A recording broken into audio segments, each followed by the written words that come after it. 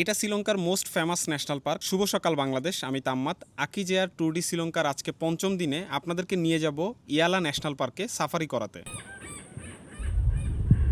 এই জিপে ন্যাশনাল পার্কে সাফারি করতে আপনাকে দিতে হবে 14,000 শ্রীলঙ্কান রুপি। ভোরে আপনাকে আপনার হোটেল থেকেই পিক করবে ড্রাইভার এবং এক জিপে 8 জন বসতে পারে। টিকিট কাউন্টারে এসে সার্কান্টি হওয়ায় কিছুটা ডিসকাউন্টে $20 এবং ড্রাইভারের জন্য $10 দিতে হয়েছে। আমার খুব ইচ্ছা ছিল জাঙ্গল সাফারি করার। আমার ড্রাইভার বললো আমি নাকি সবচেয়ে লাকি, গত 3 দিনে একমাত্র ওরে আমরাই দেখছি। নাইস।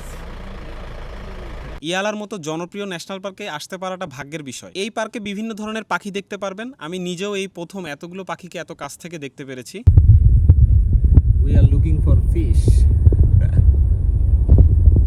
মোটামুটি 4 ঘন্টা আপনাকে সাফারি করাবে, তারপরে জিপ আপনাকে ঠিক হোটেলেই নামাই দিবে। ন্যাশনাল পার্ক থেকে বের হয়ে যাচ্ছি, যেতে হবে আজকে বহুদূর। তবে চিন্তায় আছি, কারণ 40 কিলোমিটার একটা পথ, যেই পথে হাতি চলে আসে এবং রাস্তায় আক্রমণ করে। আশা করি সব ঠিকঠাক হবে ইনশাল্লাহ। দেখা হচ্ছে নেক্সট ভিডিওতে। আল্লাহ হাফেজ। এই সফরে আমার সঙ্গী হিসেবে আছে আকিজেয়ার। সেরা রেটে যে কোনো ডেটে টিকিট কাটুন আকিজেয়ারে।